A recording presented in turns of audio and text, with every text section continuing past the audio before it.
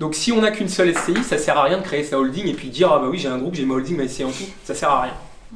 Mais il y en a qui le font parce que ça fait joli et c'est la mode sur internet.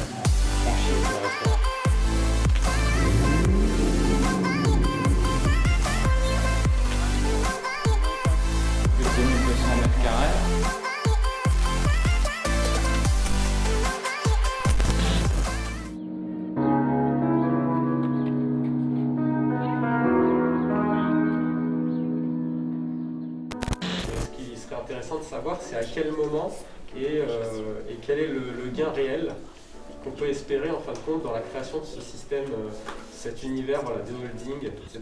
Alors effectivement, dans le cadre de plusieurs activités différentes. Donc cette question est très intéressante. La holding, on en parle beaucoup sur internet, mais elle ne devient vraiment intéressante à partir du moment où on a atteint un certain niveau en immobilier, où on a plusieurs activités, ou en tout cas plusieurs SCI à tout le moins. Parce qu'elle va servir à faire remonter vers la holding du cash qu'on pourra réinvestir en évitant d'être trop fiscalisé. Donc si on n'a qu'une seule SCI, ça sert à rien de créer sa holding et puis dire ah bah oui j'ai un groupe, j'ai ma holding, ma SCI en tout, ça sert à rien. Mais il y en a qui le font parce que ça fait joli et c'est la mode sur internet. Non, une holding il faut au moins 3 ou 4 sociétés, si possible des sociétés avec des activités différentes. Et si possible, des sociétés qui n'ont pas les mêmes rentrées d'argent. On va avoir une société qui a beaucoup de cash, une autre qui est en déficit. Typiquement, les personnes qui ont des boîtes de BTP, le bâtiment génère du gros chiffre d'affaires, mais en termes de résultats, le bâtiment, c'est un résultat moins important qu'une activité, on va dire, d'un investisseur qui va faire du Airbnb, où là, lui, il va avoir une activité qui va générer beaucoup plus de résultats. Et donc, ce qui est intéressant au niveau de la holding, c'est qu'on peut faire remonter, on a ce qu'on appelle les comptes consolidés, et il y a un jeu de vases communicants entre les sociétés, et ça, c'est très intéressant. Et on a également des régimes fiscaux, mais ça, je ne vais pas vous en parler parce que c'est le job des fiscalistes, mais c'est très lié à la holding.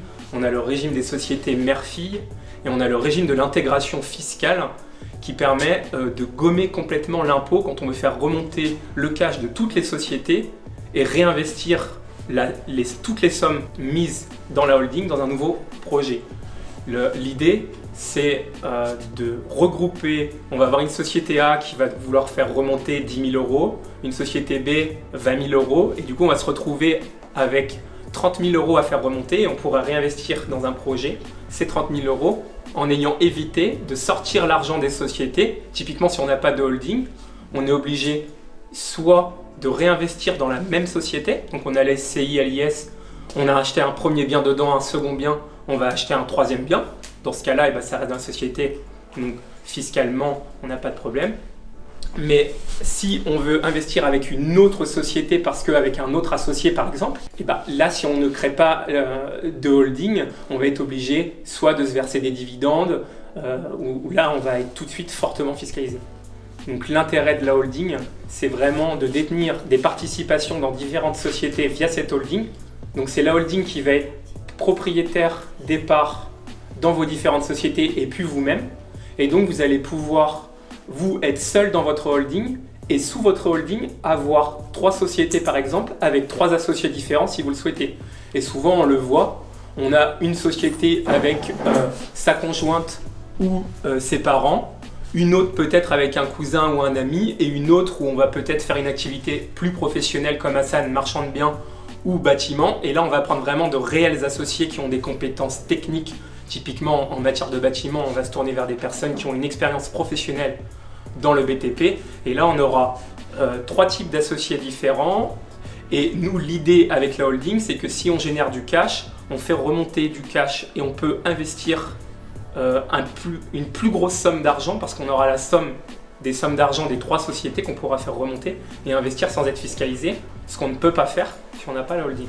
Alors toujours, moi je fais toujours des conventions de trésorerie parce que c'est toujours intéressant de pouvoir aussi faire descendre l'argent de la holding vers une société qui serait éventuellement en difficulté. Ça arrive parfois où on a un manque de trésorerie de manière sporadique, on a eu une grosse opération, une grosse sortie de cash et on a des charges Typiquement, dans les activités, je prends le BTP parce que souvent, moi, les clients avec lesquels je travaille ont souvent une ou deux conciergeries, une société de bâtiment, plusieurs SCI, et au-dessus de tout ça, il y a la holding.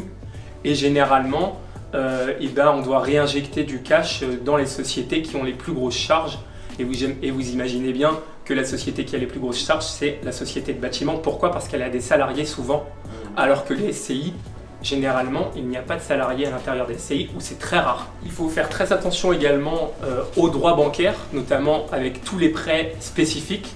Et c'est pour ça que quand je monte les dossiers, moi quand vous venez me voir, je travaille en partenariat avec un confrère fiscaliste et un confrère en droit bancaire.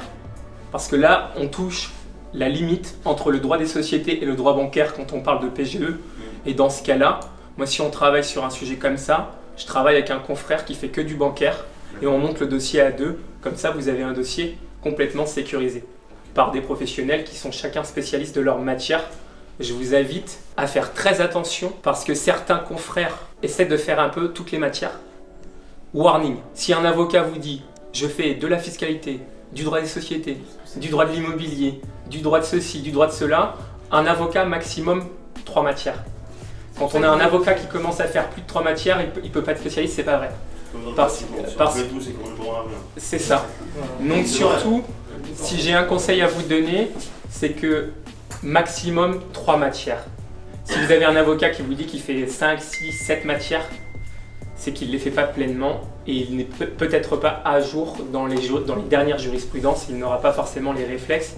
Et surtout, comme je viens de vous le dire là, un avocat qui a réponse à tout, il faut s'en méfier aussi. Un avocat doit savoir dire « c'est pas ma compétence ». Moi là, il vient de m'interroger sur un sujet qui est le PEG, c'est du bancaire. Moi, quand j'ai un sujet bancaire, je suis transparent avec mes clients. Je dis là, sur cette question précise, on fait intervenir un confrère si vous le souhaitez. Vous pouvez choisir le confrère que vous souhaitez si vous en avez un, si vous le connaissez. Sinon, moi, je peux vous orienter vers un confrère qui fait du droit bancaire et qui dira « oui, au niveau du PEG, c'est OK, on peut le faire, il n'y a pas de problème. Et moi, au niveau du droit des sociétés, je vais sécuriser le montage. Lui, au niveau du droit bancaire, il va sécuriser le montage. » Donc n'hésitez pas à aller voir vraiment des spécialistes.